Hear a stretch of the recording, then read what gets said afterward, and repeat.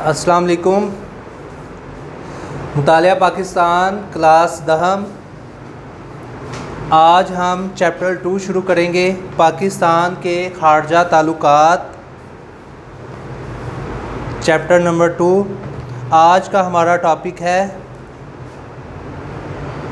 खारजा policy के मकासद और खारजा policy की तारीफ़, यानी कि खारजा पॉलिसी के मकासद और खारजा पॉलिसी की तारीफ़। अगर एक्सरसाइज के लिहाज से देखा जाए तो ये पीछे से लॉन्ग क्वेश्चन नंबर 1 है, ठीक है। खारजा पॉलिसी के मकासद बयान करें, पाकिस्तान की खारजा पॉलिसी के मकासद बयान करें। इधर भी मेंशन कर देता हूँ लॉन्ग क्वेश्चन नंबर 1। तो ये लॉन्ग क्वेश्चन नंबर 1, पाकिस्तान की खारजा पॉलिसी के मकासद बयान करें। तो इसको हम आज तफसील से पढ़ेंगे। पाकिस्तान की खारजा पॉलिसी के मकासद, यानी कि खारजा पॉलिसी किसे कहते हैं। सबसे पहले मैं आपको चैप्टर के बारे में थोड़ा सा इंट्रो में बता दूं कि पाकिस्तान के खारजा ताल्लुकात कहते हैं पाकिस्तान के बाहर के ममालिक के साथ ताल्लुकात। जैसे फॉर एग्ज़ाम्पल आप अगर एक नया घर बनवाते हैं, किसी नए मोहल्ले में, किसी नई सोसाइटी में जाते हैं, तो आपका यानी कि क्योंकि इंसान माशरे की भी अगर डेफिनेशन देखी जाए, इंसान यानी कि एक दूसरे से मिलजुल कर रहने का आदी है। अकेला जो इंसान है वो नहीं रह सकता, ठीक है। 1 या 2 या 3 या 4 अफराद जब मिलकर रहते हैं तो ख़ानदान बनता है और माशरा वजूद में आता है। ऐसे ही पाकिस्तान को, यानी कि जब पाकिस्तान बना तो पाकिस्तान को दुनिया के नक्शे पे नमूदार होने के बाद पाकिस्तान को खारजा ताल्लुकात की ज़रूरत थी, यानी कि दूसरे ममालिक के साथ पाकिस्तान जो है वो कैसे ताल्लुकात रखे। जैसे मैं मिसाल ये भी आपको बता रहा था, जैसे आपने किसी मोहल्ले या सोसाइटी में नया घर लिया है, तो आपका यानी कि मकसद ये होगा कि सबसे पहले जो सामने हैं, ठीक है, दाएं और बाएं में जो घर हैं उनके साथ आपके अच्छे ताल्लुकात हों।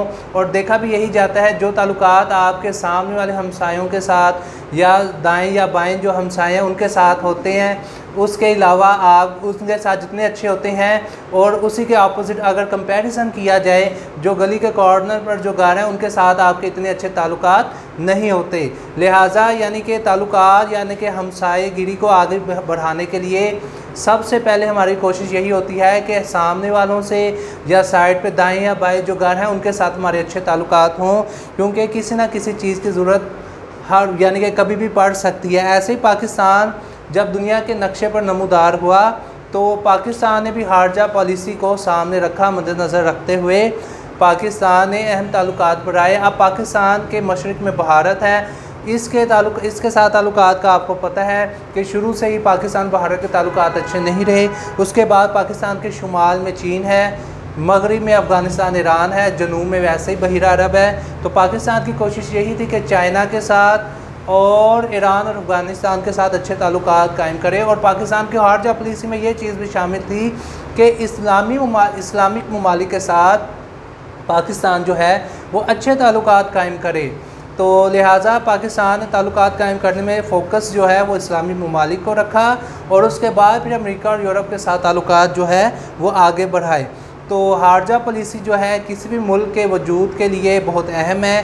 खारजा पॉलिसी के बगैर कोई भी यानी कि मुल्क तरक्की नहीं कर सकता। तो हम सबसे पहले पढ़ेंगे खारजा पॉलिसी की डेफिनेशन, यानी कि खारजा पॉलिसी की तारीफ़। अब सफ़ा नंबर 34 पर है कि पाकिस्तान की खारजा पॉलिसी के मकासद। इसके ऊपर आपने शॉर्ट क्वेश्चन लिखना है, खारजा पॉलिसी से क्या मुराद है या खारजा पॉलिसी किसे कहते हैं। इधर मैं लिख भी देता हूँ, एडिशनल है ये।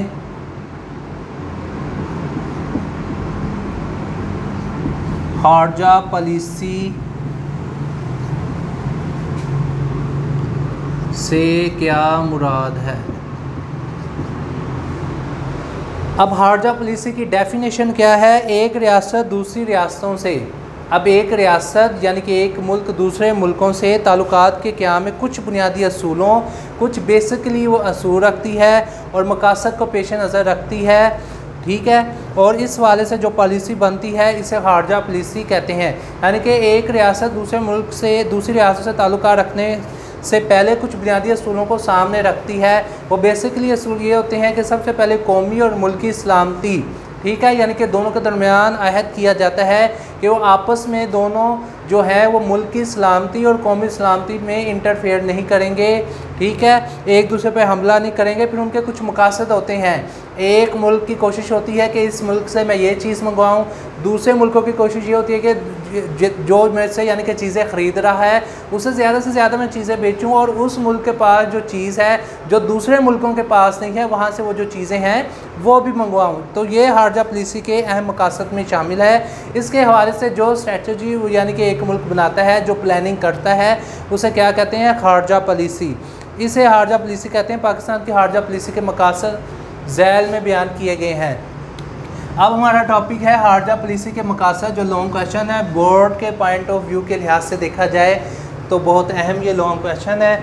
इसके 4 पॉइंट हैं। ठीक है, लॉन्ग क्वेश्चन नंबर 1, पाकिस्तान की हार्जा पॉलिसी के मकासद बयान करें। सबसे पहले इलाकाई खुदमुख्तारी और सालमियत का तहफ़्फ़ुज़।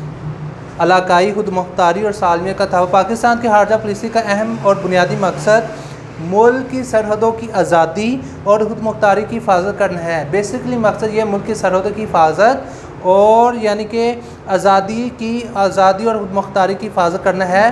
पाकिस्तान जो है दुनिया के नक्शे पे नमूदार हुआ। जब पाकिस्तान का वजूद 1947 में वजूद में आया तो ज़रूरत इस चीज़ की थी कि पाकिस्तान की यानी कि मुल्क की यानी कि सलामती को मद्देनज़र रखते हुए पाकिस्तान ने यानी कि उन ममालिक से ताल्लुकात को फ़रोग़ दिया जो इसके मुल्क की सलामती और कौमी सलामती का लिहाज करते थे, यानी कि एहतराम करते थे। आगे आज भी पाकिस्तान की हार्जा पॉलिसी में कौमी सलामती बुनियादी नस्बुल ऐन है। पाकिस्तान के अगर हार्जा पॉलिसी में देखा जाए तो सबसे बेसिकली जो यानी कि प्लानिंग है आगे वो क्या है कि मुल्क की सलामती। पाकिस्तान दूसरे ममालिक इलाकाई, अब ये नहीं कि पाकिस्तान यही कहता है कि पाकिस्तान की सिर्फ सरहदों की यानी कि हिफाजत की जाए, का ख्याल रखा जाए, पाकिस्तान की कौमी सलामती का लिहाज रखा जाए, मुल्क की सलामती का, बल्कि पाकिस्तान दूसरे ममालिक के साथ जो ताल्लुकात बढ़ाता है उनके साथ भी ताल्लुकात बढ़ाने में उनकी भी कौमी और मुल्क की सलामती का लिहाज रखता है। और पाकिस्तान दूसरे ममालिक से भी यही तवक्को करता है कि वो पाकिस्तान की भी कौमी सलामती की यानी का एहतराम करें।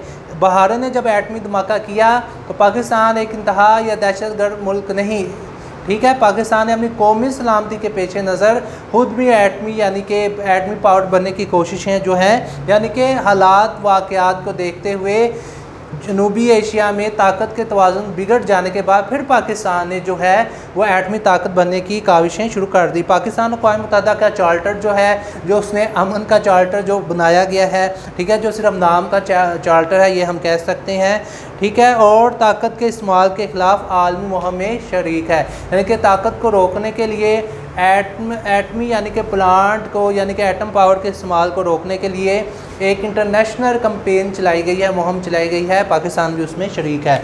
आगे दूसरा पॉइंट है नज़रियाती मकासद। पाकिस्तान में नज़रिया और हार्जा पॉलिसी का चोली दामन का साथ है, यानी कि आपस में गहरा ताल्लुक़ है। पाकिस्तान एक, जैसे आपने शुरू से पढ़ा 9th में भी, कि पाकिस्तान जो है एक नज़रियाती मुमलिकत है। पाकिस्तान जो है एक सोच की बुनियाद पे वजूद में आया है और ये नज़रिया क्या है, सोच क्या है, इस्लाम। बेसिकली देखा जाए पाकिस्तान इस्लाम की बुनियाद पर वजूद में आया। पाकिस्तान की हार्जा पॉलिसी का अहम मकसद नज़रियाती सरहदों का तहफ़्फ़ुज़ है और पाकिस्तान भी यही चाहता है कि दूसरे ममालिक भी जो हैं वो उसकी जो नज़रियाती सरहदें हैं यानी कि उसका जो नज़रिया है उसकी हिफाजत करें, यानी कि पाकिस्तान के मज़हब इस्लाम में वो इंटरफेयर ना करें। पाकिस्तान का इस्तेहकाम भी नज़रिया पाकिस्तान के तहफ़्फ़ुज़ में मुज़मिर है। अगर पाकिस्तान जुड़ा हुआ है, ठीक है, पाकिस्तान अगर आज कायम है तो बेसिकली सिर्फ वो अपने मज़हब की वजह से बचा है। ये अपने नज़रिए का तहफ़्फ़ुज़ इस्लामी ममालिक के साथ बेहतर ताल्लुकात कायम करके ही कर सकता है। अगर हार्जा पॉलिसी अगर ताल्लुकात बढ़ाने हैं तो मैंने आपको पहले भी इंट्रो में बता दिया है कि पाकिस्तान की सबसे पहली कोशिश ये है कि इस्लामी ममालिक के साथ पाकिस्तान जो है अच्छे ताल्लुकात कायम करें। पाकिस्तानी इस्लामी कॉन्फ्रेंस की तंजीम इक़्तिसादी ताउन की तंजीम के क़याम में अहम किरदार अदा किया है। दुनिया में जहाँ कहीं भी मुसलमानों को मसाइल पेश आए पाकिस्तान ने इनकी हर मुमकिन मदद की। इन मसाइल में फ़लस्तीन शामिल है, कब्रस शामिल है, बोस्निया शामिल है, कश्मीर शामिल है। जब भी इनमें यानी कि मसाइल पैदा हुए हैं तो पाकिस्तान इनकी मदद करने के लिए हमेशा कोशां रहा है। आगे अब तीसरा पॉइंट है इक्तिसादी मकासद।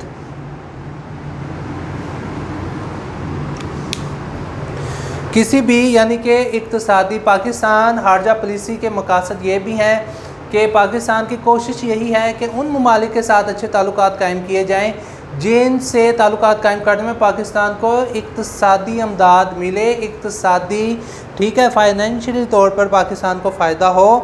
किसी भी मैंने आपको अगर मेरे आप लेक्चर सुने तो मैंने पहले भी आपको बताया है किसी भी मुल्क की तरक्की का राज इस चीज़ में नहीं कि यहाँ की फ़ौज नंबर 1 पर है, ठीक है, यहाँ पर यानी कि फ़ौज जो है वो यहाँ इनके पास असला बहुत ज़्यादा है, ठीक है, इस मुल्क के पास एटमी ताकत है।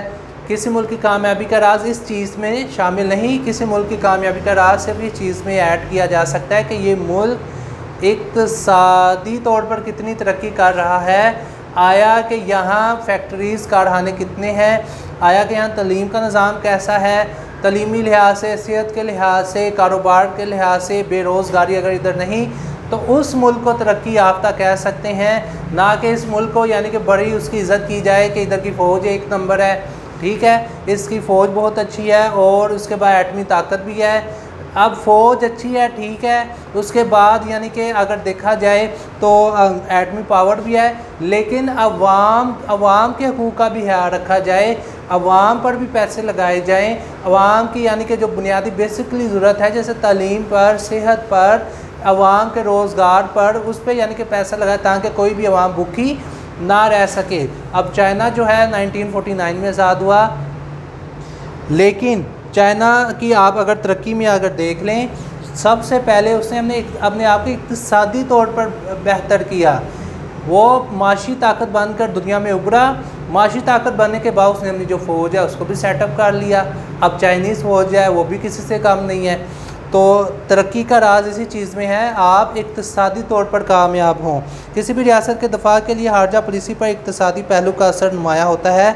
पाकिस्तान एक तरक्की पजीर मुल्क है, यानी कि तरक्की याफ्ता हैं, तरक्की के कारवां में पाकिस्तान शामिल है, ठीक है, और माशी तौर पर भी अपनी तरक्की चाहता है। पाकिस्तान तमाम ममालिक के साथ अच्छे ताल्लुकात कायम करना चाहता है जिनके साथ तजारत करके पाकिस्तान को माशी अमदाद हासिल हो सके।